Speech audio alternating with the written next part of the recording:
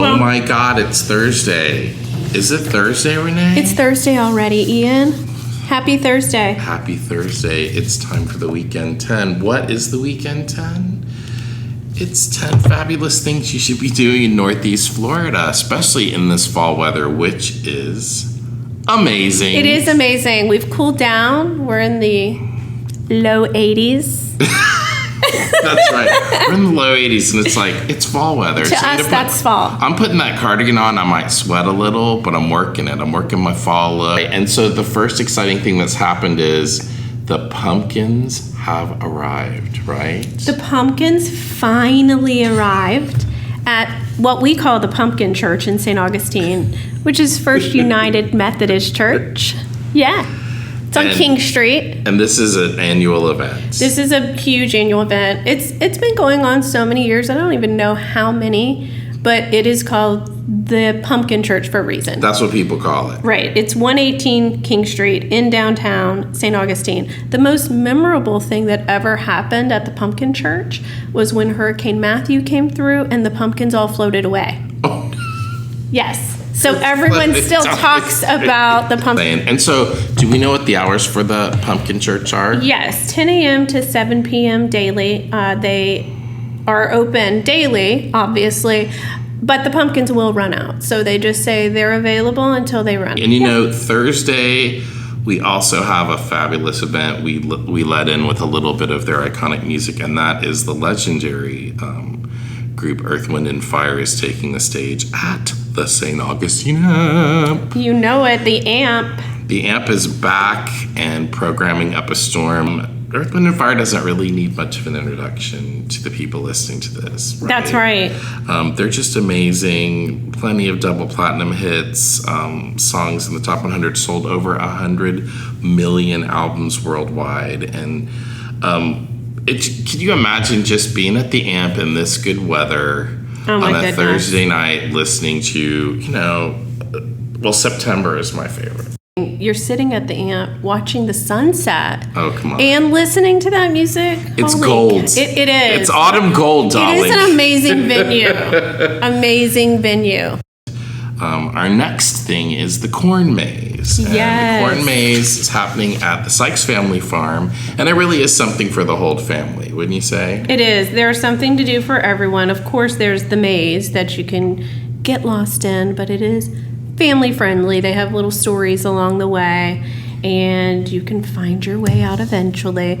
We do like to do it at night, though, my family. A little more challenging. And what would you say, how long on average would it take your family, which is mostly, at this point, I can't believe it, your family's like tweens and up. I know, 11, 17, and 19, so they can make their way through the maze on their own, truly, but it's a fun family event. It takes us less than an hour. You can go on a hayride, I think. You can go on a hayride. You can milk a cow. You could milk a cow. And also, they have live music scheduled sometimes in this weekend. It's Cliff Dorsey, and I take a listen to him on YouTube. He has a really nice voice. It's country music.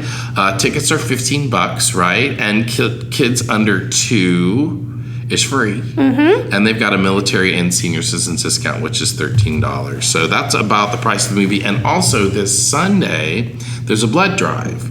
So if you donate blood, you can get into the maze free with a donation. So that's really great.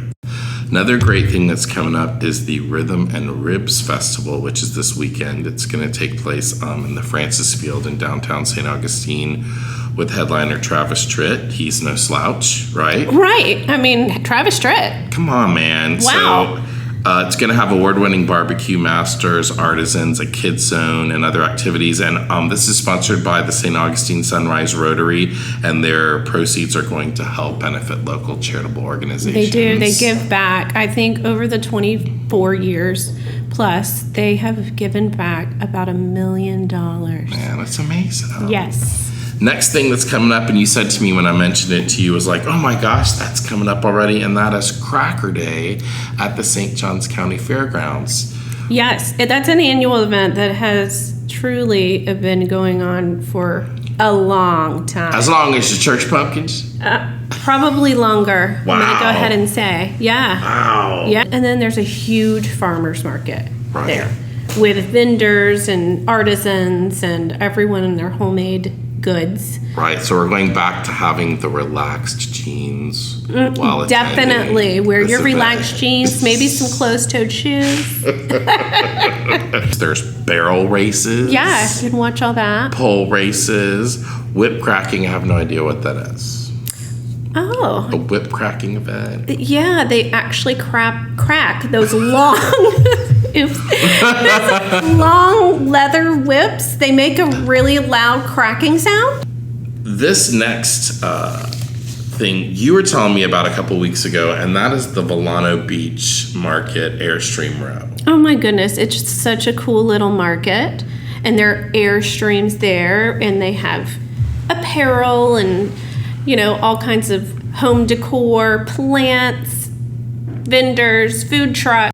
October 16th, and it's from 10 a.m. to 3, and there's lots of local vendors, food trucks, and it just, again, it's another opportunity to get out in this weather, and you're so close to the ocean. So I would always probably start there and then just take a walk along the ocean, right? Yeah, Vilano is such a charming little town. That's a great addition to it. There's a few restaurants there, and of course the beach. Talk about getting happy, because now we're strolling a little farther afield. Our next stop is Caps. Oh, Caps on the water. Caps, man, that's just where you head in good weather, especially if you have out-of-town company, right? Yes, you bring people from out of town there. That's the place. It kind of dazzles them, right? It does. And it gives you get that old Florida feel, and you can dine outdoors. Here's the catch. There's quite a waiting time. Yeah. They don't take reservations. They don't. So you got to just show up, and they really don't want parties greater than 6. And it's dinner during the week. They start at 4, and then on the weekends are open for lunch at 11:30 a.m. Well, it is known for sunsets, so that is like the place. If you really want to have a beautiful sunset meal, just go wait. Exactly. Put your name in on the list and enjoy. Yeah, and don't say we're going to Caps and. No. Because there's not going to be an and. It's going to be we're going to Caps. That's and your that's going to be evening. our excursion. That's right. It's not a big deal. You're just sitting outside. Also at the Amp this weekend is Modest Mouse, which a lot of people know and love this band. They're there Sunday night, Modest Mouse. And then you were telling me about another thing that families can do. So the Jimenez Facio House is actually located on the oldest street in America. Dang. Abilene Street, formerly Hospital Street.